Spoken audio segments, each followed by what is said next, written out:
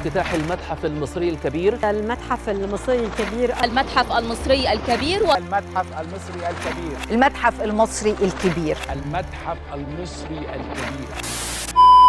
هي ايه الحكايه؟ الدنيا مالها مقلوبه كده ليه؟ بص، هو فعلا الموضوع كبير ويستاهل، فهات قهوتك بقى وتعالى معايا احكي لك حاجات ما اظنش حد حكاها لك قبل كده. ده المتحف المصري الكبير، اكبر متحف في العالم لحضاره واحده، لكن الابهار الحقيقي هو ازاي القطعه دي اصلا وصلت للمتحف.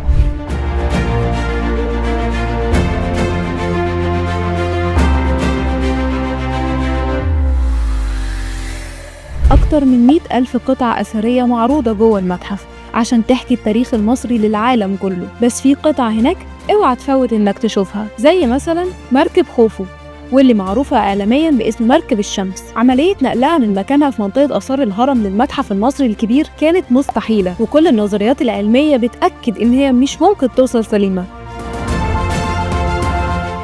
المركب عمرها بيرجع ل 4600 سنة، وهي أكبر وأقدم أثر عضوي مصنوع من الخشب في التاريخ الإنساني. طولها بيوصل ل 44 متر ووزنها 20 طن.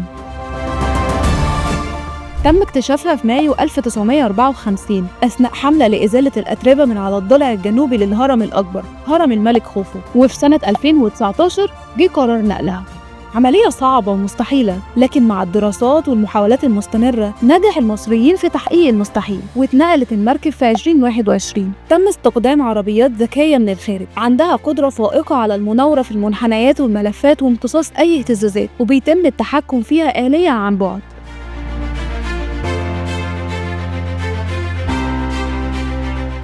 من ميدان رمسيس في قلب القاهرة، المكان اللي فضل واقف فيه شامخ لأكتر من 50 سنة، لغاية المتحف المصري الكبير اللي مبني في حضن أهرامات الجيزة. رحلة مدهشة خاضها تمثال رمسيس الثاني. التمثال الضخم ده اللي وزنه بيوصل لأكتر من 80 طن وطوله 11 متر، رحلة وصوله للمتحف تمت على مرحلتين. أول مرحلة اتنقل فيها كانت في 2006، وكانت الوجهة هي منطقة الفسطاط عشان نحميه من التلوث والاهتزازات. وبعدها في 2018 كانت أكبر نقلة للتمثال لما راح بيته الجديد والدائم، البهو العظيم في المتحف المصري الكبير.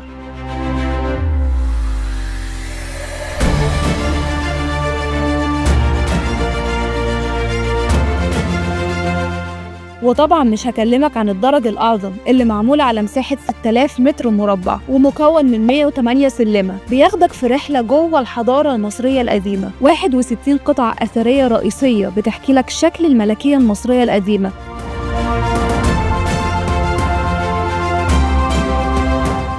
ناهيك طبعا عن قاعة الملك توت عنخ آمون، الملك الذهبي اللي تولى عرش مصر وهو عنده 9 سنين وتوفى وهو عنده 18. وبالرغم من انه اصغر ملك في العالم الا انه ساب وراه كنز ذهبي مهول، والاول مرة في التاريخ المجموعة كاملة بتتعرض في مكان واحد، متضمنة توابيته الذهبية الثلاثة وكمان القناع الذهبي. الخلاصة إن حقيقي المتحف المصري الكبير هو صرح عملاق بيعيد إحياء التاريخ وبيقدمه للعالم في صورة عظيمة وراقية تليق بيه.